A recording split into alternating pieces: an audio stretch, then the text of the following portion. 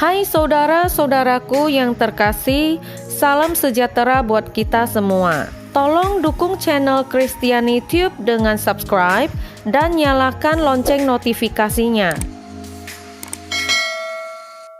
4 tanda yang akan terjadi sebelum kedatangan Kristus yang kedua. Tuhan tidak mengungkapkan masa depan kepada para pengikutnya untuk memuaskan rasa ingin tahu mereka. Itu adalah untuk mempersiapkan mereka bagi masa depan sehingga mereka tidak akan terkejut ketika hal itu tiba, dan bahwa mereka tidak akan salah menafsirkan itu. Bersyukurlah bahwa Yesus begitu terus terang dalam berbagi apa yang terbentang di masa depan kita. Orang-orang bertanya, apakah kita di akhir zaman? Akan tetapi, Alkitab berbicara tentang hari-hari terakhir dan kita telah berada di hari-hari terakhir selama 2000 tahun. Setiap generasi umat Kristen hendaknya hidup untuk mempersiapkan diri bagi kembalinya Tuhan. Alkitab adalah buku yang penuh dengan nubuatan dan terbukti 100% benar. Untuk setiap nubuat seharusnya sudah terpenuhi sekarang, dan sisanya kebanyakan dari mereka khawatir dengan kembalinya Yesus yang sebenarnya. Yesus menyuruh kita untuk berjaga-jaga dan berdoa. Maksudnya supaya kita mengawasi apa yang sedang terjadi di dunia dan melihat tanda-tanda apa yang Dia berikan kepada kita untuk membantu kita mempersiapkan diri. Sinyal adalah pertanda.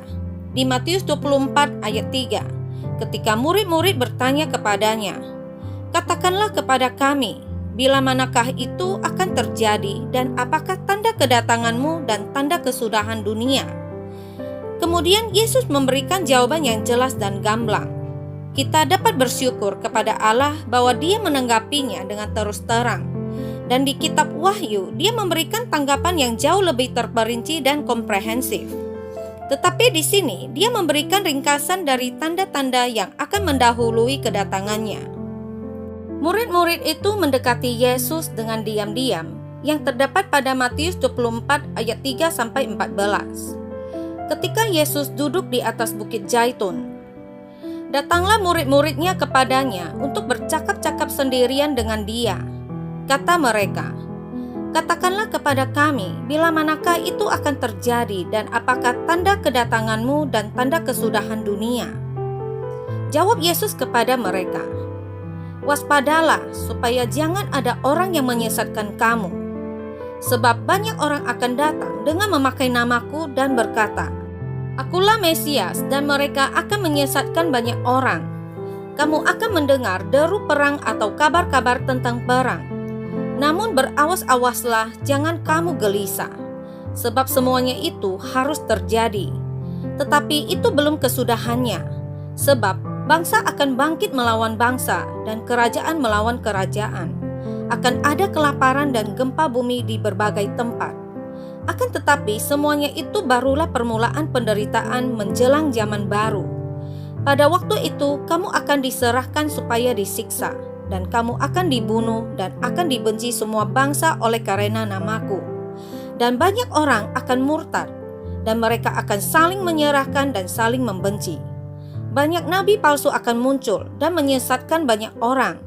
Dan karena makin bertambahnya kedurhakaan, maka kasih kebanyakan orang akan menjadi dingin. Tetapi orang yang bertahan sampai pada kesudahannya akan selamat. Dan Injil Kerajaan ini akan diberitakan di seluruh dunia menjadi kesaksian bagi semua bangsa. Sesudah itu barulah tiba kesudahannya. Hari Tuhan akan datang ketika kamu melihat apa yang dikatakan Nabi Daniel. Pada Matius 24 ayat 15-36. Jadi apabila kamu melihat pembinasa keji berdiri di tempat kudus, menurut firman yang disampaikan oleh Nabi Daniel, para pembaca hendaklah memperhatikannya. Maka orang-orang yang di Yudea haruslah melarikan diri ke pegunungan. Orang yang sedang di peranginan di atas rumah, janganlah ia turun untuk mengambil barang-barang dari rumahnya. Dan orang yang sedang di ladang, janganlah ia kembali untuk mengambil pakaiannya. Celakalah ibu-ibu yang sedang hamil atau yang menyusukan bayi pada masa itu. Berdoalah supaya waktu kamu melarikan diri, jangan jatuh pada musim dingin dan jangan pada hari Sabat. Sebab pada masa itu akan terjadi siksaan yang dahsyat seperti yang belum pernah terjadi sejak awal dunia sampai sekarang, dan yang tidak akan terjadi lagi. Dan sekiranya waktunya tidak dipersingkat, maka dari segala yang hidup tidak akan ada yang selamat. Akan tetapi, oleh karena orang-orang pilihan waktu itu akan dipersingkat, pada waktu itu jika orang berkata kepada kamu, "Lihat, Mesias ada di sini," atau "Mesias ada di sana," jangan kamu percaya.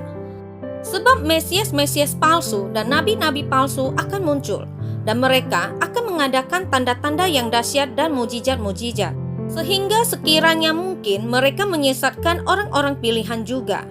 Camkanlah, aku sudah mengatakannya terlebih dahulu kepadamu.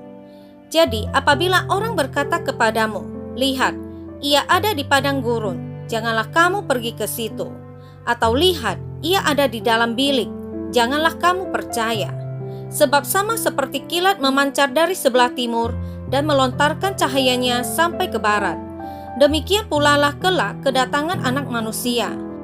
Di mana ada bangkai, di situ burung nazar berkerumun. Segera sesudah siksaan pada masa itu, matahari akan menjadi gelap dan bulan tidak bercahaya, dan bintang-bintang akan berjatuhan dari langit, dan kuasa-kuasa langit akan goncang. Pada waktu itu akan tampak tanda Anak Manusia di langit, dan semua bangsa di bumi akan meratap, dan mereka akan melihat Anak Manusia itu datang di atas awan-awan di langit dengan segala kekuasaan dan kemuliaannya. Dan ia akan menyuruh keluar malaikat-malaikatnya dengan meniup sangkakala yang dahsyat bunyinya, dan mereka akan mengumpulkan orang-orang pilihannya dari keempat penjuru bumi, dari ujung langit yang satu ke ujung langit yang lain.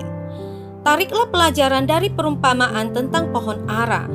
Apabila ranting-rantingnya melembut dan mulai bertunas, kamu tahu bahwa musim panas sudah dekat. Demikian juga jika kamu melihat semuanya ini, ketahuilah bahwa waktunya sudah dekat, sudah di ambang pintu. Aku berkata kepadamu, sesungguhnya angkatan ini tidak akan berlalu sebelum semuanya ini terjadi. Langit dan bumi akan berlalu, tetapi perkataanku tidak akan berlalu. Tetapi tentang hari dan saat itu tidak seorang pun yang tahu, malaikat-malaikat di surga tidak, dan Anak pun tidak, hanya Bapa sendiri. Jadi, apa sebenarnya 4 tanda yang Dia berikan kepada kita?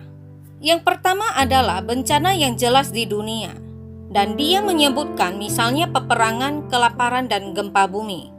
Ini pasti terjadi selama lebih dari 2000 tahun. Mereka semakin intens. Jadi, kita pasti berada di tanda pertama ini. Perang sudah ada, desas-desus tentang perang, gempa bumi, dan bala kelaparan. Yesus berkata, "Janganlah kamu percaya."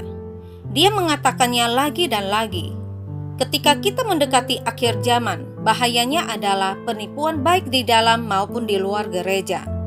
Dalam kasus ini, dia mengatakan, sebab Mesias-Mesias palsu dan nabi-nabi palsu akan muncul, dan mereka akan mengadakan tanda-tanda yang dahsyat dan mujizat-mujizat, sehingga sekiranya mungkin mereka menyesatkan orang-orang pilihan juga. Ada contoh terkenal dari orang-orang yang berpura-pura menjadi penyelamat dan memimpin orang-orang ke lokasi gurun yang hanya untuk berakhir dalam tragedi. Bagaimanapun, ada banyak Kristus palsu, penyelamat palsu yang mengklaim menjadi penyelamat terjanji atas semua masalah kita. Semakin banyak masalah yang ada, semakin banyak pula penyelamat terjanji palsu yang akan ada. Tetapi seperti yang Yesus nasihatkan kepada kita, jangan gugup, jangan khawatir. Sewaktu Anda mengetahui tentang perang baru, tragedi baru, atau kelaparan baru yang akan terjadi, Dia mengatakan sesuatu yang menakjubkan. Ini adalah peristiwa yang menyakitkan, tetapi itu bukan rasa sakit kematian, melainkan rasa sakit bersalin. Singkatnya, nasihat Yesus kepada kita adalah agar tidak panik, tidak terganggu, tetapi bahkan bersukacita dan mengatakan, ini semua merupakan tanda terjadinya sesuatu yang baru. Tanda kedua dari kedatangannya adalah di gereja. Ini merupakan perubahan dalam gereja. Dia membagi tanda kedua menjadi 3 bagian. Semuanya terjadi dalam gereja. Yang pertama adalah penganiayaan, bahwa kita akan dibenci di setiap negara. Aspek kedua dari tanda itu akan menjadi penurunan signifikan dalam ukuran gereja. Cinta kebanyakan orang akan menjadi dingin. Sewaktu seluruh gereja sedang mengalami tekanan, banyak orang yang mengaku Kristen, jika tidak semua orang Kristen sejati akan pergi. Di bawah beban penindasan universal, kasih kebanyakan orang akan menjadi dingin. Itu adalah tanda yang sangat menyedihkan. Kejutan besar di bagian ketiga dari tanda itu adalah bahwa Injil akan dikhotbahkan kepada setiap kelompok ras. Bagian ketiga dari tanda itu adalah bahwa Injil akan dinyatakan. Sebuah gereja yang disucikan dan lebih kecil akan memiliki dampak yang lebih besar di planet ini. Itulah persisnya yang Yesus maksudkan. Nabi-nabi palsu bisa menjadi sumber penipuan dalam semua ini. Kita tangkap terhadap ajaran-ajaran para nabi palsu. Ketika tidak ada kedamaian, mereka mengajarkan kedamaian. Bukannya menjadi sumber tantangan, pesan mereka justru salah satunya menghibur. Sekarang nasihat Yesus adalah untuk terus berjalan. Siapapun yang gigih sampai akhir akan diselamatkan. Ketika tanda itu terjadi, ketika semua aspek gereja dipandang hina oleh dunia, itulah nasihat Yesus kepada semua orang Kristen. Kenapa harus begitu? Jawabannya adalah bahwa gandum dan lalang tumbuh bersama dan semakin dekat mereka mencapai kematangan penuh, akan semakin banyak ketegangan di antara mereka. Jadi wajar kalau umat Kristen akan berada di bawah banyak tekanan pada akhirnya. Karena Yesus sangat berbeda dari orang lain. Ia menarik kebencian terhadap dirinya sendiri. Pada Yohanes 15 ayat 19, sekiranya kamu dari dunia, tentulah dunia mengasihi kamu sebagai miliknya. Tetapi karena kamu bukan dari dunia, melainkan aku telah memilih kamu dari dunia. Sebab itulah dunia membenci kamu. Tidak menyenangkan untuk dibenci. Hal itu membawa kita kepada tanda ketiga dari akhir zaman, yaitu kesengsaraan Yerusalem. Pada kitab Daniel, ada karakter dalam nubuat Daniel yang disebut sebagai kekejian kehancuran. Daniel menyebutkan itu 3 kali. Apakah arti dari semuanya itu? Apa masalahnya? Ini semua tentang seorang manusia, seorang pria yang membuktikan dirinya di kota Tuhan, menyebut dirinya Tuhan, dan menolak untuk menerima kehendak orang lain di atas kepentingannya sendiri. Seorang tiran yang kedatangannya akan memiliki konsekuensi global, tapi yang akan berpusat di Yerusalem, kota Tuhan, tempat kudus itu.